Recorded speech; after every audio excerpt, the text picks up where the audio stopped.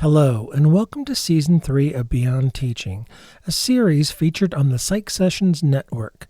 This series is hosted by Susan Nolan from Seton Hall University, Adiyinka Akinseler-Smith from City College of New York, City University of New York, Asani Sewell from Pacific University, and yours truly, Eric Landrum from Boise State University.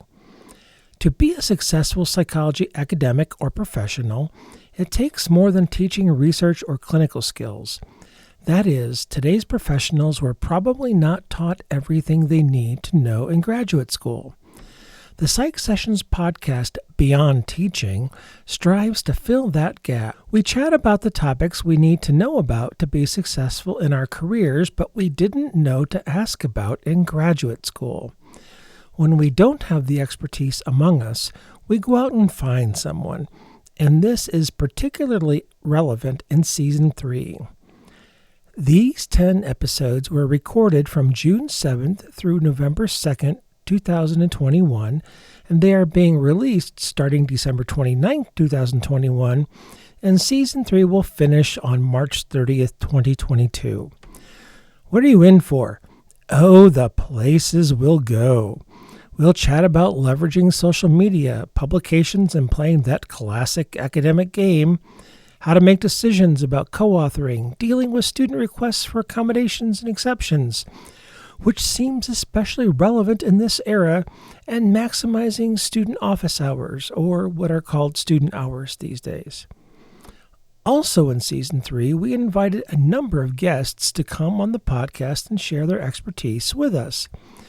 This included Sunyoung Lee and Psychi's Faculty Support Advisory Committee and what Psychi can do for faculty, Loretta McGregor and the difference between mentoring and advising, with extra information about imposter phenomenon tossed in for good measure.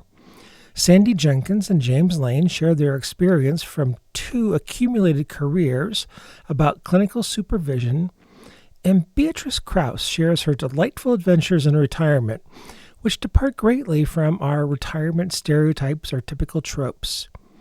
We truly hope that you'll enjoy Season 3 of Beyond Teaching.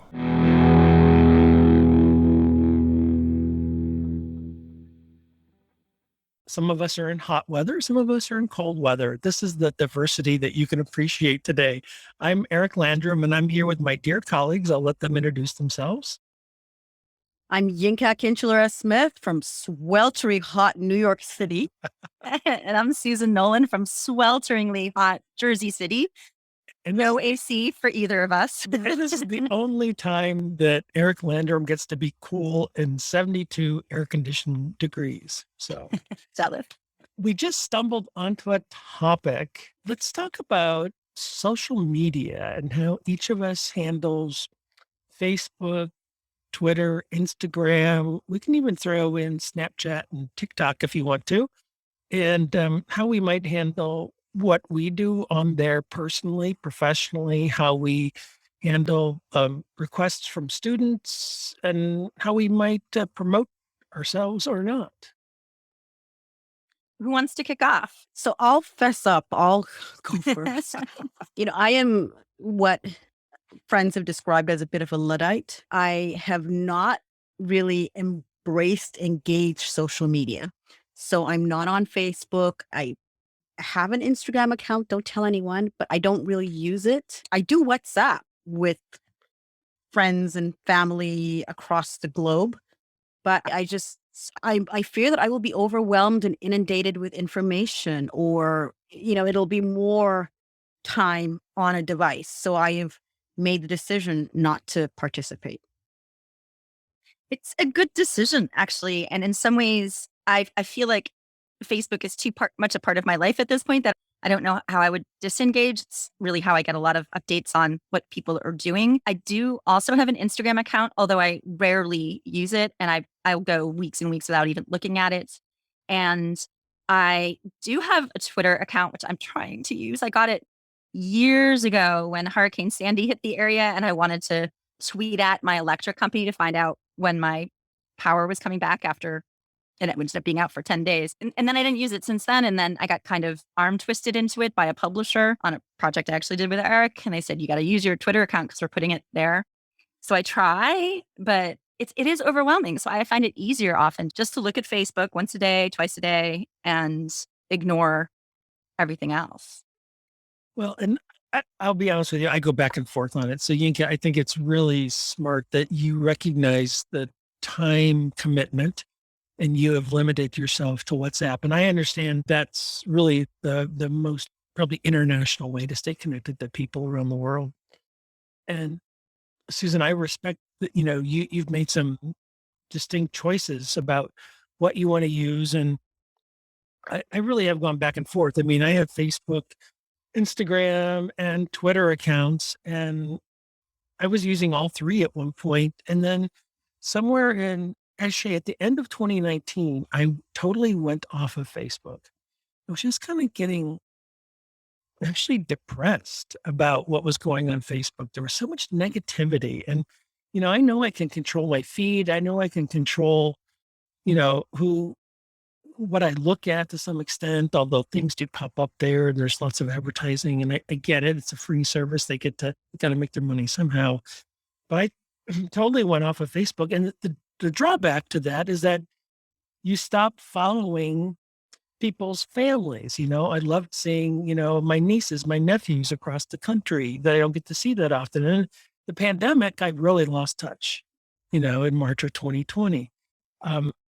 And then I went cold turkey, with the political stuff of 2020. I went off of Twitter. I went off of Instagram. I've slowly come back to Instagram and I've really tiptoed back onto Facebook a couple times. So I respect different people's preferences of what they want to do.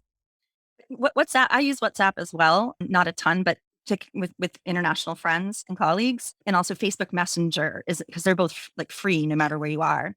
But I see those more as communication tools as opposed to social media. Like I use WhatsApp when we're talking, chatting, but I don't like go on it. So it's sort of a difference there.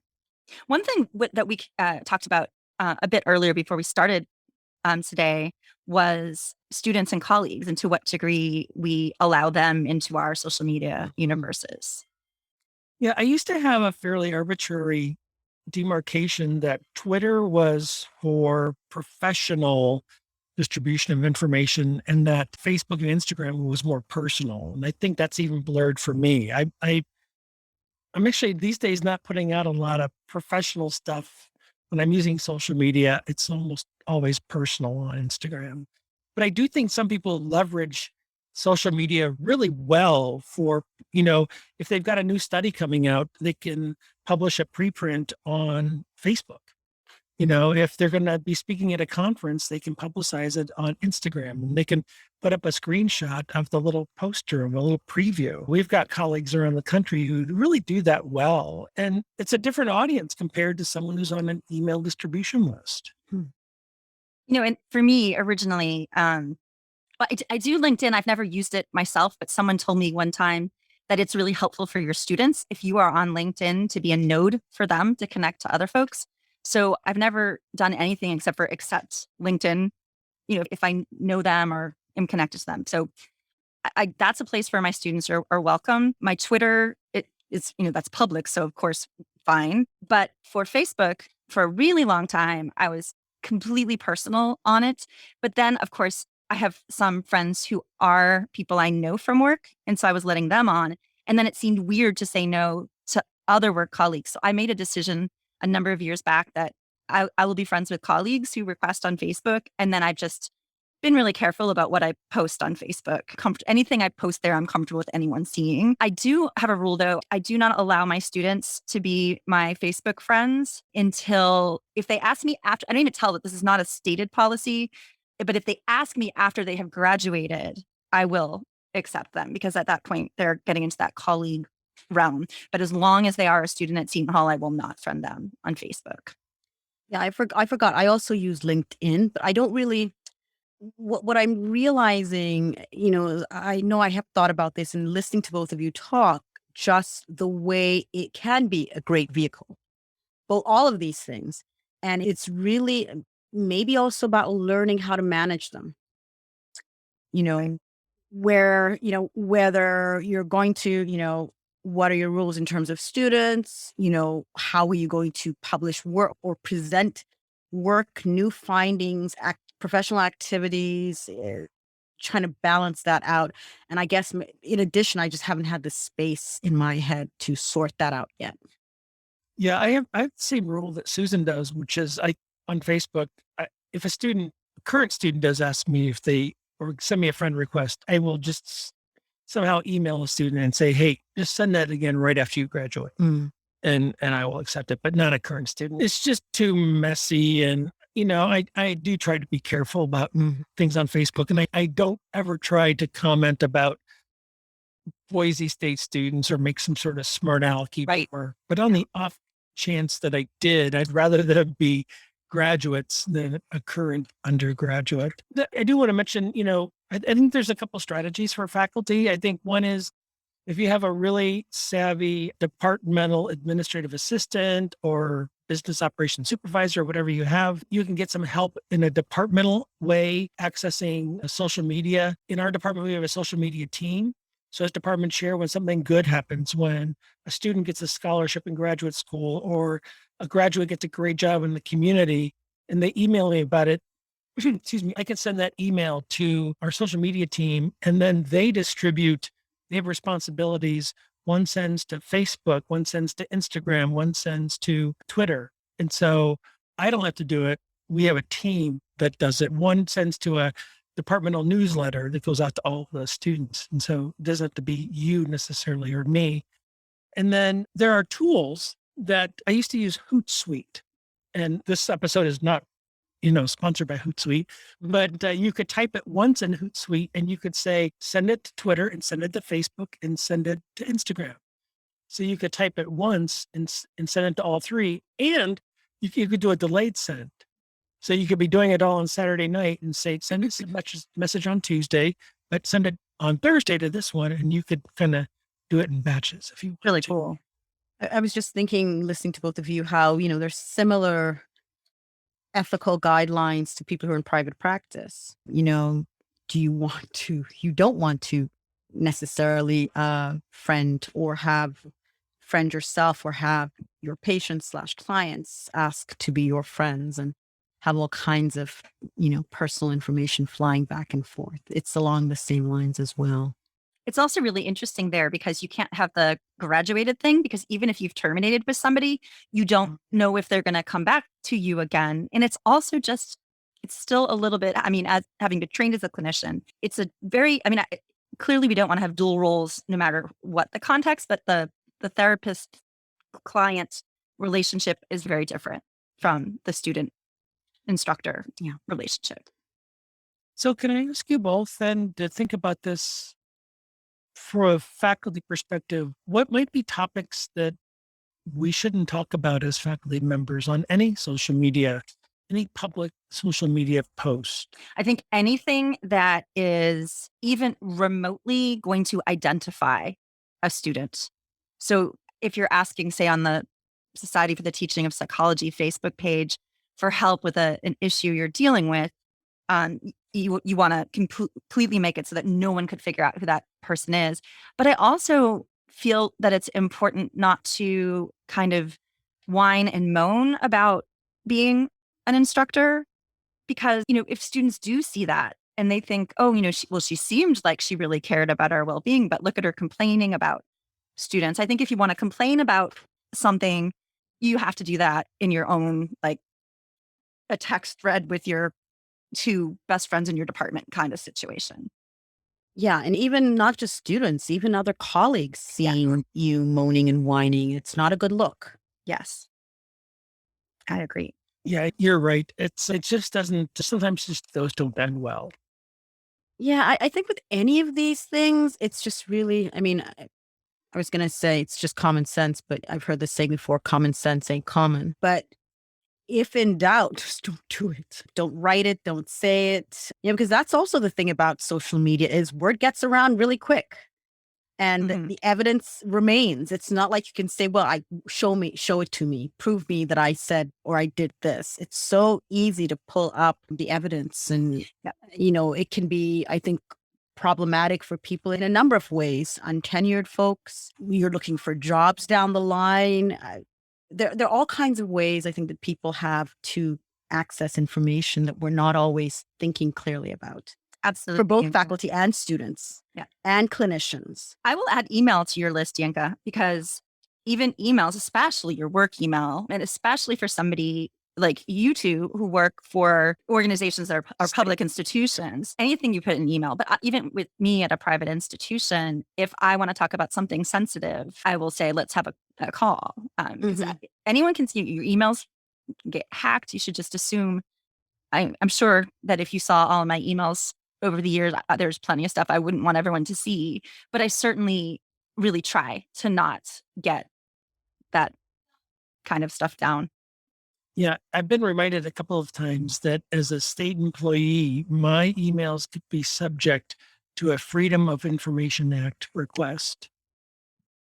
So, Thank you for that little reminder, not just for you, for us here, but for people listening. Remember that. I've also had situations that became legal, just as an example, the kind of situation where a student is unhappy about grades or something. I had a situation where a student was apparently, it wasn't my class, but was apparently threatening to sue the university. And so I was told to save every single email I had with that student. So even at a private institution, under certain legal circumstance, your emails can be subpoenaed. I was told explicitly not to destroy them. Nothing. I never heard anything about it again, but I do still have a little folder there. I will never destroy those emails. That was like 10 years ago. But yeah, even at a private institution, there are circumstances under which people can see your emails. yeah. And Yinka reminded me of a situation. This happened quite some time ago, kind of in the early days of Twitter, um, where I was just reading a lot of it and following a lot of people. And I want to be careful here, but it was a student, a graduate student who was just kind of really innovative and posting a lot. And again, really early days of Twitter. And wow, when we have an opening at Boise State, I hope this person will apply.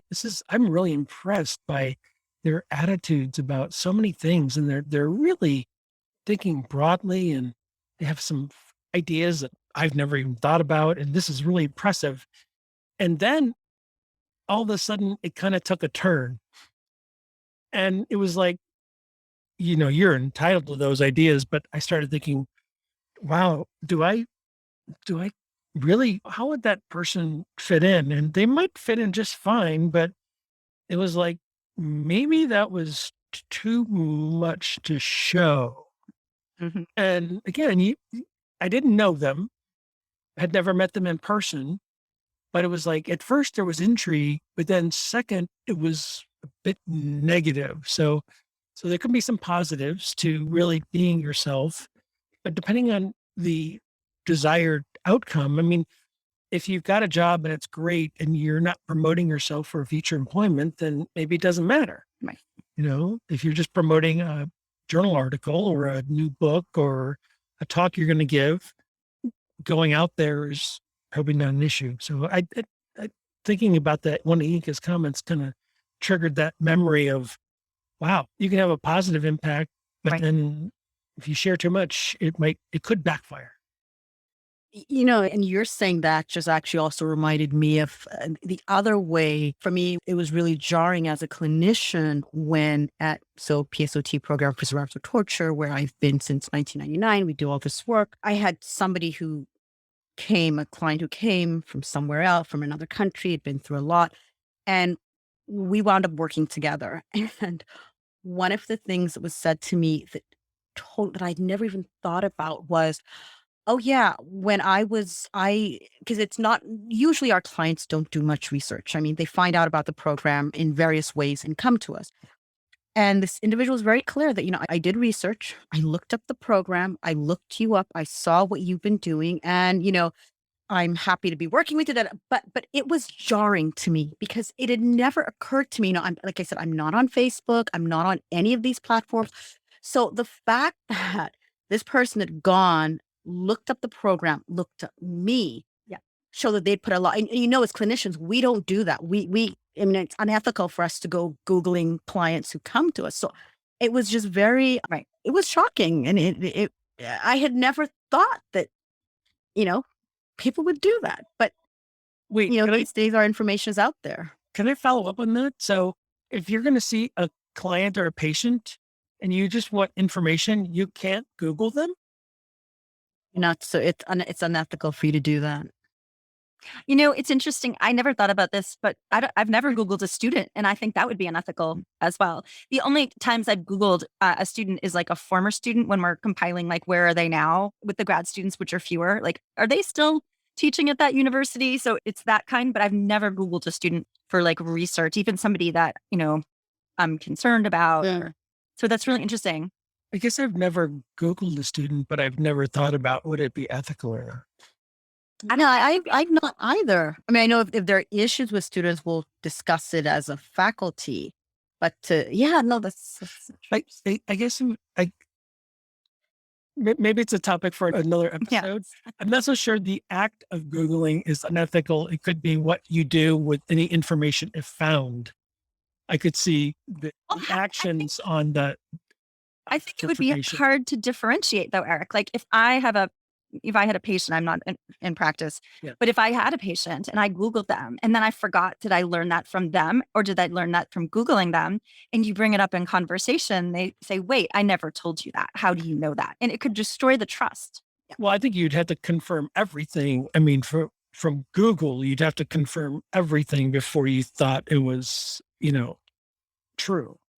But what if you forgot you learned it on Google and you bring it up in the therapy session as something you remember and your source memory is flawed? And these are the reasons why I'm not a therapist. And because the whole point is of that therapeutic alliance, that relationship is what is going on with you in the here and now, as opposed to what information I got on the side. Now it's different if you're doing an evaluation and you've been given a whole bunch of sources like records to review, to give you additional information. Right. That's different.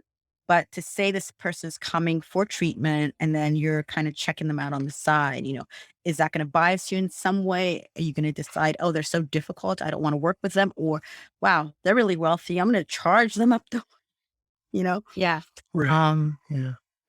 It's a good point. And the same thing with a student. If you Googled a student that you had, when we have concerns about students, we have a behavioral response team and we refer to them there. So, but if I had a student and I looked them up and then suddenly, I managed to bring up something like, oh, your job at wherever. And I think a student would be really weirded out that their professor Googled. I agree with Yinka that it's unethical. Yeah. Then how can we put a stop to ratemyprofessors.com? Oh my goodness. Yes. Maybe we should stop there. We take the higher ground. Before we end, I just want to add one thing that I think most of us are doing with students since the pandemic. That is sort of like social media.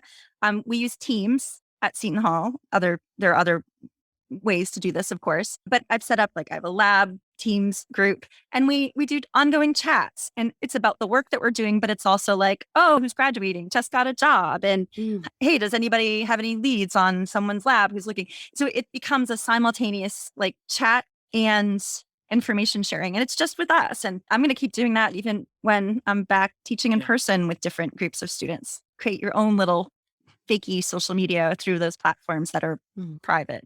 I don't think it's fakey at all. All right. Well, thank you. Thank you. Thank you.